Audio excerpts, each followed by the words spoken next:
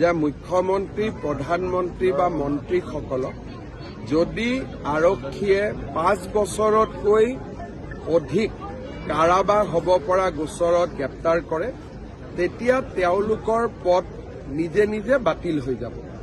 আৰু ইয়াক কংগ্ৰেছে আজি লোকসভাত বিৰোধিতা কৰিছে আৰু তেওঁলোকে SIR খনকো বিৰোধিতা কৰিছে।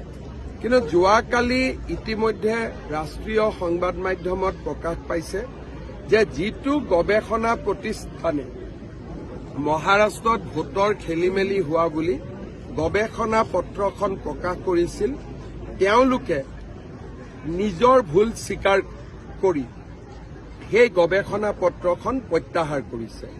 গতিকে মই ভাবো যে কংগ্ৰেছ দলে তেওঁলোকে ভাৰততে হওক বা কোনোবা ৰাজ্যতে হওক অশান্তিৰ সৃষ্টি কৰিব বিচাৰে। ৰাইজক ফেচ কৰা তেওঁলোকৰ কোনো সাহসো নাই আৰু সেইবাবে তেওঁলোকে নোহোৱা ইছ্যু কিছুমানকো ইছ্যু বনাবৰ কাৰণে বিচাৰি থাকে। মই ভাবো যে ৰাইজে এইবিলাক চাই থাকে আৰু ৰাইজে নিজেই তাৰ যোগ্য প্ৰত্যুত্তৰ দি আহিছে আৰু দি যাব। যে মুখ্যমন্ত্ৰী প্ৰধানমন্ত্ৰী বা মন্ত্ৰীসকলক যদি আৰক্ষীয়ে 5 বছৰতকৈ অধিক কাৰাবাস হ'ব পৰা গোচৰত গ্ৰেপ্তাৰ কৰে তেতিয়া তেওঁলোকৰ পদ নিজে নিজে বাতিল হৈ যাব। আৰু ইয়াক কংগ্ৰেছে আজি লোকসভাত বিৰোধিতা কৰিছে আৰু তেওঁলোকে SIR খনকো বিৰোধিতা কৰিছে।